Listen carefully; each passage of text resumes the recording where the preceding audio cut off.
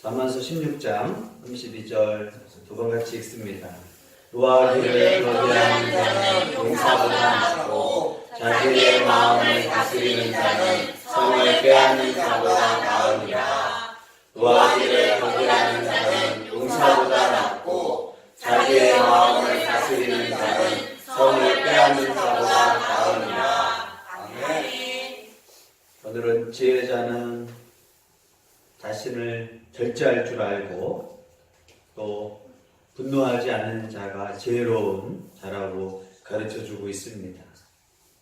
하나님 앞에서 또 사람 앞에서 지혜자의 모습은 절제하고 화를 내지 않는 사람이 지혜로운 사람이라고 가르쳐주게 됩니다.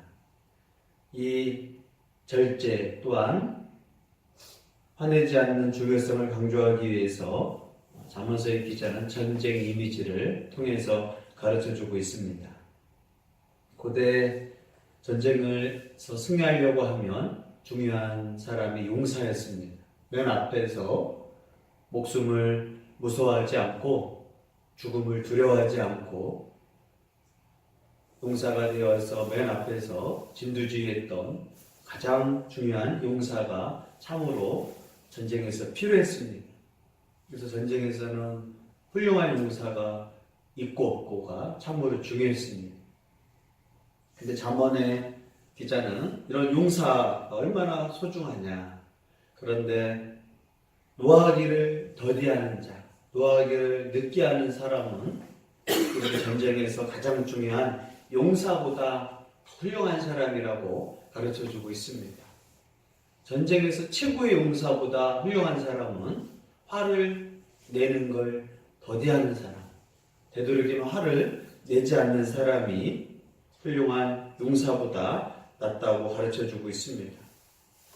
남들은 용사가 되기 위해서 그렇게 열심히 운동하고 또 연습하고 자신의 몸을 만들고 죽음을 두려워하지 않고 전쟁이 나면 제일 먼저 앞장서고 어려움과 또 아픔이 있지만 그런 모든 것들을 극복하고 용사가 되고 싶고 그런 사람 우리는 영웅이라고 하는데 그 멋진 사람보다 더 훌륭한 사람은 화내지 않는 사람, 노하기를 더디하는 사람이 용사보다 낫다. 이것이 성경에서 가르쳐주는 지혜입니다. 얼마나 화내지 않는 사람이 대단한 것을 그 당시 최고의 영웅, 최고의 사람, 그 사람보다 더 지혜로운 사람은 누구라고 하느냐? 하나님은 화내지 않는 사람, 화를 더디게 내는 사람. 그런 사람이 그렇게 노력하고 고생했던 용사보다 낫다라고 전쟁의 이미지 속에서 하나님이 지혜로운 사람은 이러한 자신이 노하기를 더디하는 사람이라고 가르쳐주고 있습니다. 또 많은 용사와 전쟁을 통해서 가장 원하는 건 뭐냐? 성을 빼앗는 것입니다. 성을 빼앗기 위해서는 많은 용사가 필요하고 또 지략도 필요하고 특히 성을 빼앗기 위해서는 앞서서 성을 공격하고 또 성문을 부수기 위해서 많은 용사들 죽음이 필요합니다.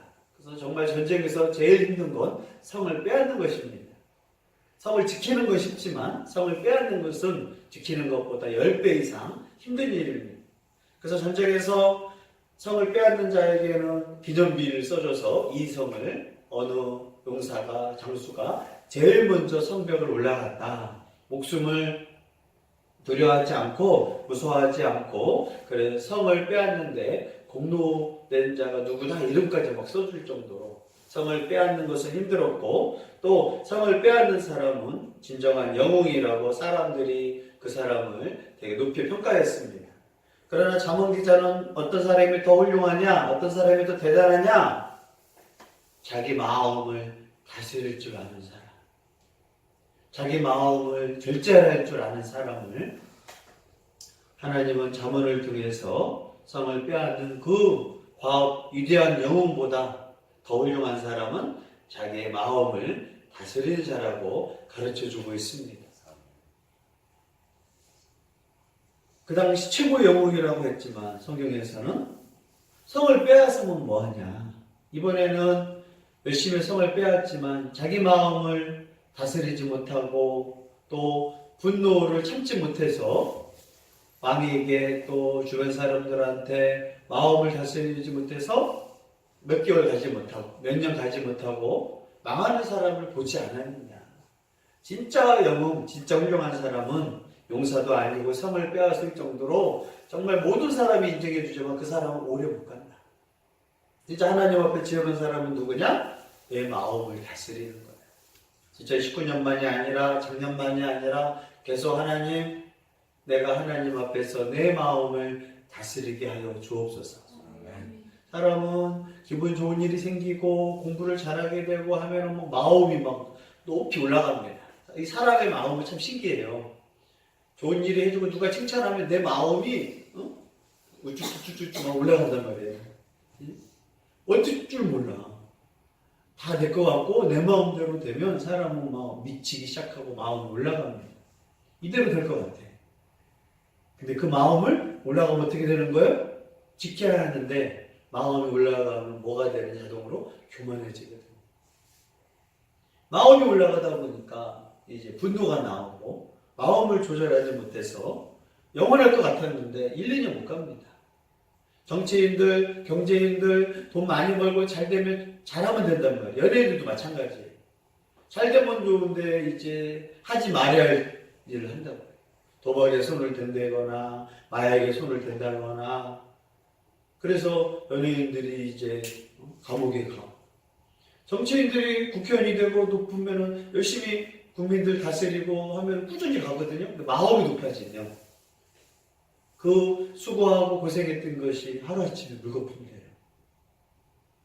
판사가 되고 의사가 돼도 그러한 정치적인 압박들, 더 높아지고 싶은 그 욕심, 마음을 지키지 않고 결국 뇌물을 받는다거나 또 압박에 의해서 다른 사람을 법에 위반하면서 조사를 한다거나 결국은 판사들이 지금 100명 이상이 다 감옥 가게 생겼다는 거예요. 마음을 지키지 않으면 내가 잘 되고 높아질 때가 위험한 거예요. 그래서 하나님은 지혜로운 자가 누구냐? 뭐 이거 했다 저거 했다가 아니라 하나님 앞에서 내 마음을 계속 지키는 거예요. 또 사람의 마음은 교만해지고 올라가는 것도 쉽지만 내려가기도 쉬워요.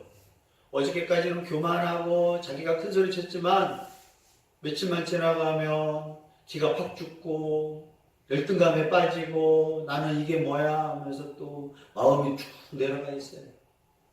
사람은 마음 지키는 게 소중합니다. 올라가지도 않게 내 마음을 유지하고 마음이 다운되지 않도록 지켜야 하는 게 지혜로운 사람의 모습이에요. 뭘 했다, 뭘 할 것이다 그런 뭐 여러 가지 소리는 짧아요. 정말 그 사람이 끝까지 하나님 앞에 사람 앞에서 마음을 지키는가. 잠언에서 그래서 지혜로운 사람, 마음을 다스리고 팔을 다스릴 줄 아는 사람이 용사보다 또 성을 빼앗는 그 수고 고생보다 더 훌륭하다라고 가르쳐주고 있습니다. 아무리 큰 일을 해도 뭐예요? 화를 내가지고 하루아침에 망하고 그렇게 공부를 열심히 해서 그렇게 고생했지만 감정 조절 못해가지고 자살하는 사람, 또 누굴 죽이는 사람, 또 다 포기해버리는 사람, 한순간의 감정으로 조절 못해가지고 생명을 버리는 사람, 또 생명을 취하는 사람, 그러면서 하나님 앞에 사람 앞에서 이 마음 조절이 그만큼 중요한 걸 가르쳐주고 있습니다. 우리가 하나님 믿으면서 뭐가 지혜냐? 내 마음을 다스리게 하여 주옵소서. 그러기 위해서 뭐가 필요해요? 절제. 그래서 성령의 열매 9가지 중에서 사도 바울은 갈라디아에서 절제를 가르쳐줘요. 마음이 올라가려고 하면 절제. 왜 올라가려고 하니? 또 다운되려고 하면 절제 왜 자꾸 깔아앉나? 우리 마음은 업해도 조절시켜야 돼. 다운돼도 조절시켜야 돼. 그렇지 않으면 내 마음을 내가 통제를 못하는 거야. 감정에 따라서 간다는 거야. 내 마음이 감정에 따라서 환경에 따라서 사람들이 원하는 대로 가버리면 그 사람은 지혜로운 사람이 아니에요. 그 성경에서 신약에서도 야고보서에서 뭐라고 말하느냐? 듣기는 빨리 들어라. 듣고 말하는 것 좀 늦게 하고 성내는 것도 늦게 좀 해라. 야고보서에서 지혜가 바로 성내는 걸 느리게 하고 말하는 걸 좀 느리게 하고 듣는 것은 빨리 해서 이렇게 해야 하나님의 의를 이룰 수 있다라고 교훈하고 있습니다. 우리가 하나님 믿으면서 어떤 사람이 지혜로우냐, 어떤 사람이 성령 충만을 하느냐, 화를 되도록이면 참고 믿음이 성장하면 성장할수록 화를 내는 걸 참게 되고 또 내 마음을 함부로 움직이는 것이 아니라 마음을 조절할 능력이 생겨요. 그게 지혜로운 사람이라는 거예요. 화가 나는 있어도 화를 조절할 줄 알고 감정이 막 올라갈다 할지라도 적당하게 조절할 줄 아는 사람. 감정이 막 다 다운될 때도 조절할 줄 아는 사람. 그게 지혜로운 사람. 성령의 사람은 이렇게 인내하고 절제하고 내 마음을 다스리는 거예요. 이 사람 마음은 아주 간사스러워요. 조금만 누가 칭찬해주고 막 올라간다. 조금만 누가 뭐라고 하면 마음이 그래서 지혜로운 사람은 마음을 차분하게 있으면서 자신을 조절할 줄 아는 사람. 이런 사람이 무슨 일을 했다, 용사보다 낫다, 아주 멋있다, 상을 빼앗다 그런 사람보다 더 훌륭하다는 거야. 내가 공부를 못해요. 하지만 내 마음을 다스리는 사람이면 그 사람보다 나은 거야.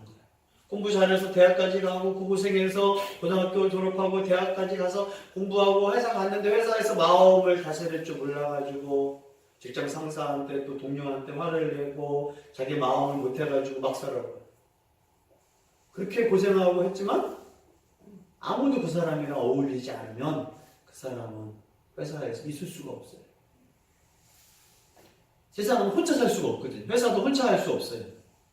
관계가 있고 업체가 있기 때문에 그렇게 고생하고 수고했지만 마음을 다스리는 사람한테 밀리는 거예요.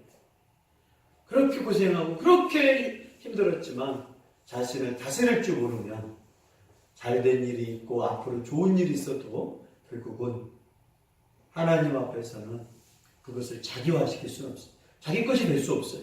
왜? 내 마음을 내가 다스리지 못했고 또 내가 내 감정대로 화내고 또 갑자기 우울해지고 내 감정을 조절 못하는 건 앞으로 그 사람이 아무리 잘 될지라도 아니 그 사람은 잘된 만큼 감정을 조절 못해서 어려움이 한 번 오면 그 사람은 그냥 망합니다. 서민들 또 어려운 사람들이 왜 연예인들 중에서 무명의 사람들이 오래 가냐면 무명이 있으면서 마음을 강하게 살았어요. 무시도 당해봤고 인내도 배웠고 어쩔 수 없이 겸손함도 배워서 그러다가 이제 인기를 얻어도 조절할 능력이 생겨요. 그러나 자기가 맨 위에만 있었어. 항상 1등이었고 잘 됐고 그러다가 한번 어려움이 생기면 감당 못합니다. 그래서 그냥 순간 무너져 버리는 거예요. 우리가 하나님 믿으면서 연단과 인내가 뭐냐? 내가 하나님 어려움을 통해서 노하는 것도 좀 천천히 하는 걸 배우고 또 내 마음 다스리기를 바랍니다. 아멘. 학교를 가든 직장을 가든 사람들 보면 마음을 다스릴 줄 아는 사람이 최고의 지혜자예요. 공부 잘했다, 일을 잘했다, 돈이 많다가 아니에요. 마음 다스리지 못하면 하루아침에 망합니다. 하루아침에 자살해버립니다. 왜? 우울한 마음이 막 들면 조절 못하면 죽고 싶단 말이에요. 화내지 않고 막 자기를 죽이는 거거든. 사람은 내 마음을 다스리지 못했을 때 내가 열심히 한 것들 수고한 거 하루아침에 사라집니다. 자식도 마찬가지예요. 나는 잘했지만 자녀가 하나님 앞에서 사람 앞에서 마음을 다스릴 줄 알아야지 조절 못해서 부모를 죽인다거나 사람을 죽인다거나 집에 불을 지른다거나 요즘은 과격한 시대거든요. 왜요? 마음을 다스릴 줄 몰라. 조절 능력이 없어요. 더 중독이 심해지잖아요. 조절을 못해. 놀아도 적당히, 먹는 것도 적당히. 하나님 앞에 사람 앞에서 이게 조절 능력이거든요. 그래서 우리가 항상 신경 쓸 게 뭐느냐? 하나님 내 마음을 다스리게 하여 주옵소서. 어려움에도 처할 때 망하는 거 아니니까 하나님 내 마음을 불평과 원망 속에서 막 살지 않고 소망을 품고 지혜롭게 이걸 이겨나가게 하여 주옵소서. 살다가지고 사람들이 칭찬했을 때 교만하고 거만하지 말고 내 마음을 잘 다스려서 하나님 앞에 사람 앞에서 내 마음을 다스리기를 원합니다. 그 마음을 다스리기 위해서는 성경 읽고 기도하면서 하나님 내 마음을 다스려 주옵소서. 그러면서 하나님 앞에 사람 앞에 그런 사람을 향하여 지혜롭다 또 성령 충만한 사람이구나 라고 평가하는 것입니다.